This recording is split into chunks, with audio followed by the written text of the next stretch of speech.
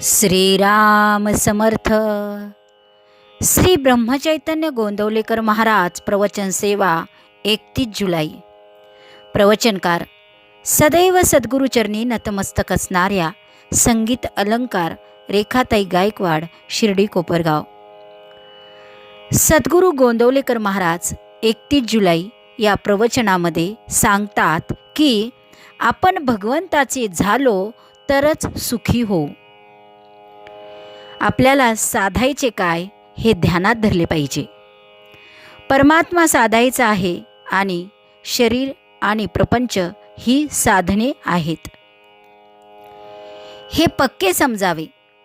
आपण साधनाला साध्य आणि साध्याला साधन मानतो म्हणून आपले चुकते. एका गृहस्थाला मुलाबाळांसह मुंबईला जायचे होते. आता आगगाडीत बसायला मिळेल या आनंदाने मुले गाडीत बसली, पण मुंबईत जाण्यासाठी गृहस्थ गाडीत बसला. गाडीतून उतरताना मुलांना वाईट वाटले, त्या गृहस्थाला नाही तसे वाटले.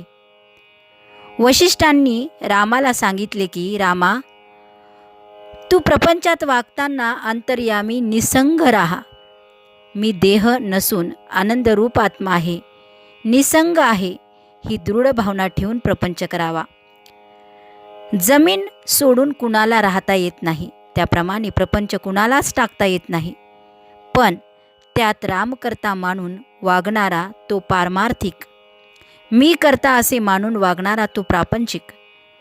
मी करता असे म्हणूनही जर प्रपंच दुःखरूप राहतो, सुखरूप होत नाही, तरी त्याचा करता मी नाही हे सिद्धच झाले.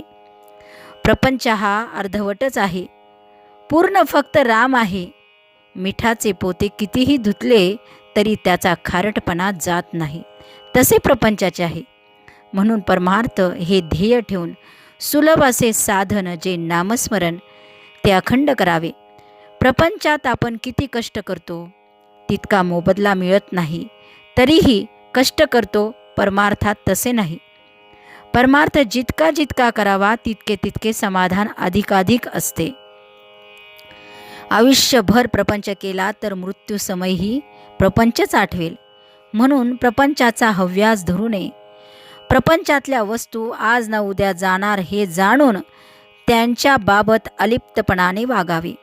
ही वृत्ती अभ्यासाने आणि वारंवार विचाराने वाढवावी. प्रपंचात प्राप्त झाले त्याचा हर्ष न करावा, गेल्याचा शोक न करावा, देह प्रारब्धावर टाकावा. हे साधायला एक मोठी परिणामकारक आणि सोपी युक्ती आहे. आपण रामाचे व्हावे. राम ठेवील तसे समाधानाने राहावे. हे सर्व विश्व आणि अखिल प्रपंच ईश्वराचा आहे. तो ज्याचा त्याला देऊन टाकून मोकळे व्हावे. सर्व ईश्वराचे आहे, माझे काही नाही असे समजणे म्हणजे ईश्वरा अर्पण करणे आहे. सर्व ईश्वराचे आहे, माझे काही नाही असे समजणे म्हणजे ईश्वर अर्पण करणे आहे. आपण भगवंताचे झालो तर सुखी होऊ, नाही तर दुःखी होऊ. धान्यातले दगड, माती, पाकड निवडून बाजूला काढून धान्य जसे सार ते घ्यावे. त्याचप्रमाणे अहंकाराचे खडे, ममत्वाची माती आणि विकारांचे पाकड आत्मस्वरूप परमार्थात मिसळल्याने दुःखरूप प्रपंच होतो. ते प्रपंचातून निवडून टाकले म्हणजे जे उरेल ते सारे सुखच सुख. आजचे बोधवचन.